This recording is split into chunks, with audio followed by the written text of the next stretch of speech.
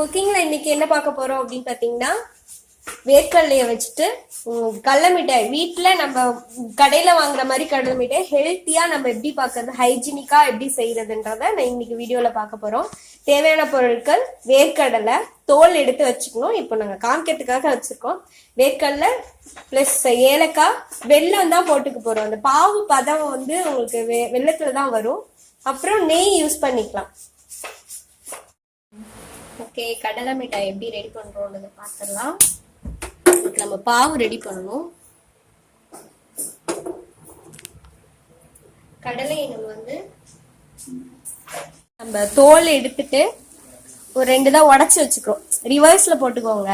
மிக்சியில உடச்ச வேர்க்கடலை வச்சுக்கிறோம். வெள்ளத்துல தான் பாவு எடுத்துட்டு, இந்த பதம் தான் நம்மளுக்கு ரொம்ப முக்கியம். கடையில உள்ள மாதிரி கடலை மிட்டாய் எப்படி செய்யறது தான் நம்ம செஞ்சுட்டு இருக்கோம். ஓகே, இப்ப நம்ம பாவு பதத்தை பார்த்துடலாம்.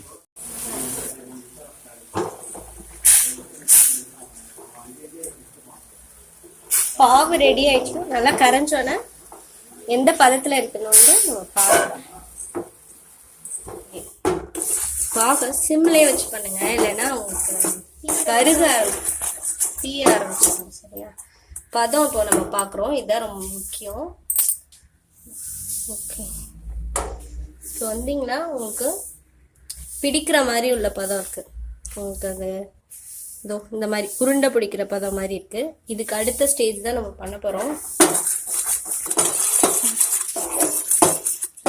ஓகே, நம்மளுக்கு வந்து பாவு பதம் ரெடி ஆயிடுச்சு. இதுல ஊத்தி பாருங்க. ஊத்துலாம் காய வச்சுட்டோம். இந்த மாதிரி உடையும் பார்த்தீங்களா? இப்போ நம்மளுக்கு கொஞ்சம் நெய் ஊற்றிக்கலாம். நெய் ஊற்றிங்கன்னா டேஸ்ட் இருக்கும் உங்களுக்கு.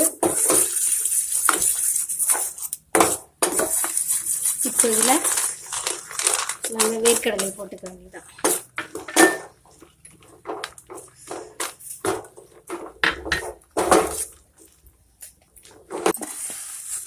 ஓகே,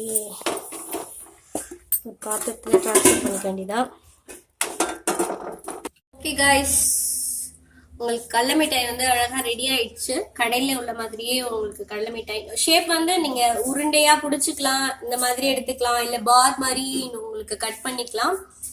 ஓகே, இந்த வீடியோ உங்களுக்கு பிடிச்சிருக்கோன்னு நம்புறோம். லைக் பண்ணுங்க, ஷேர் பண்ணுங்க, கமெண்ட் பண்ணுங்க. மறக்காம நம்ம சேனலை சப்ஸ்கிரைப் பண்ணாதவங்க சப்ஸ்கிரைப் பண்ணிக்கோங்க. நன்றி, வணக்கம்.